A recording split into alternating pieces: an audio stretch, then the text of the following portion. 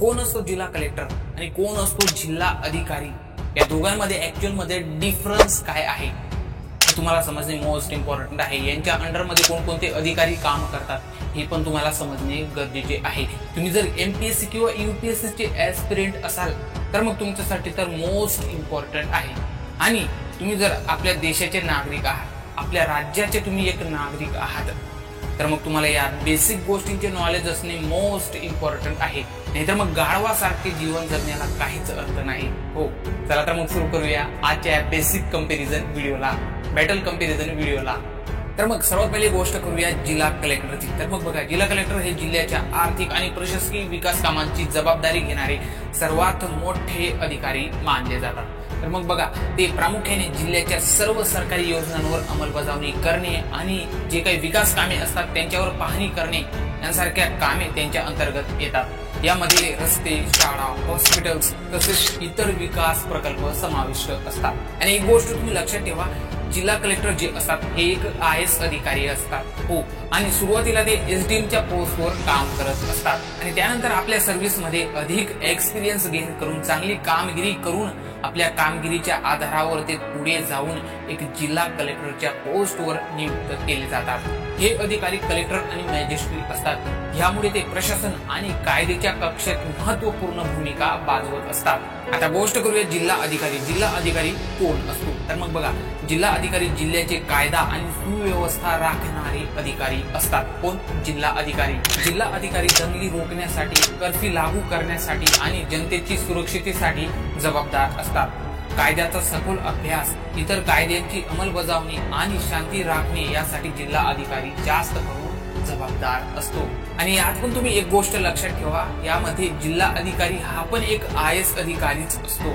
हो, आता या दोघींमध्ये ऍक्च्युअल मध्ये डिफरन्स काय आहे ते आता आपण एकदम सोप्या भाषेमध्ये समजून घेऊया। तर मग बघा, जिल्हा कलेक्टरची जर गोष्ट केली तर जिल्हा कलेक्टर प्रामुख्याने आर्थिक आणि विकास कामांवर लक्ष केंद्रित करत असतो। त्यानंतर जिल्हा अधिकारीची जर गोष्ट केली तर मग जिल्हा अधिकारी मुख्यतः कायदा अंमलबजावणी आणि सुरक्षा व्यवस्थापन यावर लक्ष केंद्रित करत असतो, लक्ष ठेवत असतो। हे एकदम सोप्या पद्धतीने तुम्ही समजू शकता। आता हे समजून घेऊया की या दोघांच्या अंडर मध्ये कोणकोणते अधिकारी काम करत असतात। तर मग सर्वात आधी जिल्हा कलेक्टरची जर गोष्ट केली तर मग जिल्हा कलेक्टरच्या अंडर मध्ये रेव्हेन्यू इन्स्पेक्टर म्हणजेच महसूल निरीक्षक, त्यानंतर मग नायब तहसीलदार, त्यानंतर मग तहसीलदार, त्यानंतर ब्लॉक डेव्हलपमेंट ऑफिसर म्हणजेच पीडीओ, ज्याला आपण मराठीमध्ये गट विकास अधिकारी असे म्हणत असतो, त्यानंतर मग सब डिव्हिजनल मॅजिस्ट्रेट म्हणजेच एसडीएम। आता एसडीएम काय आहे याच्यावर पण मी एक बॅटल कंपॅरिझन बनवलेले आहे, ते तुम्ही चेकआउट करू शकता। त्याच्यानंतर ऍडिशनल डिस्ट्रिक्ट कलेक्टर म्हणजेच एडीसी, म्हणजेच याला आपण मराठीमध्ये अतिरिक्त जिल्हा अधिकारी असे म्हणत असतो। यांसारखे जे काही अधिकारी असतात, जे तुम्हाला या ठिकाणी लिस्ट बघायला मिळत आहे, ते अधिकारी जिल्हा कलेक्टरच्या अंडर मध्ये काम करत असतात। त्याच्यानंतर बघूया जिल्हा अधिकारीच्या अंडर मध्ये कोणकोणते अधिकारी काम करतात। तर मग सर्वात पहिले आहे नायब तहसीलदार, त्यानंतर मग तहसीलदार, त्यानंतर मग सब डिव्हिजनल मॅजिस्ट्रेट म्हणजेच एसडीएम, त्यानंतर ऍडिशनल डिस्ट्रिक्ट मॅजिस्ट्रेट म्हणजेच एडीएम, त्यानंतर मग सुपरिटेंडेंट ऑफ पोलीस। यांसारखी जी काही लिस्ट तुम्हाला या ठिकाणी बघायला मिळत आहे, हे सर्व अधिकारी जिल्हा अधिकारीच्या अंडर मध्ये काम करत असतात। तर आय होप की आता तुम्हाला समजून गेलेले असेल की या दोघांमध्ये ऍक्च्युअल मध्ये डिफरन्स काय आहे। तरी छोटेसे बॅटल कंपॅरिझन आपण या ठिकाणी करूया। तर मग बघा, जिल्हा कलेक्टर जो असतो हा जिल्ह्यातील विकास कामांवर लक्ष केंद्रित करण्याचे काम करत असतो, तसेच जिल्हा अधिकारी जो असतो हा जिल्ह्यामध्ये कायदा आणि सुव्यवस्था राखण्याचे काम करत असतो। हे या दोघांमध्ये डिफरन्स आहे, सोप्या पद्धतीने तुम्ही समजू शकता।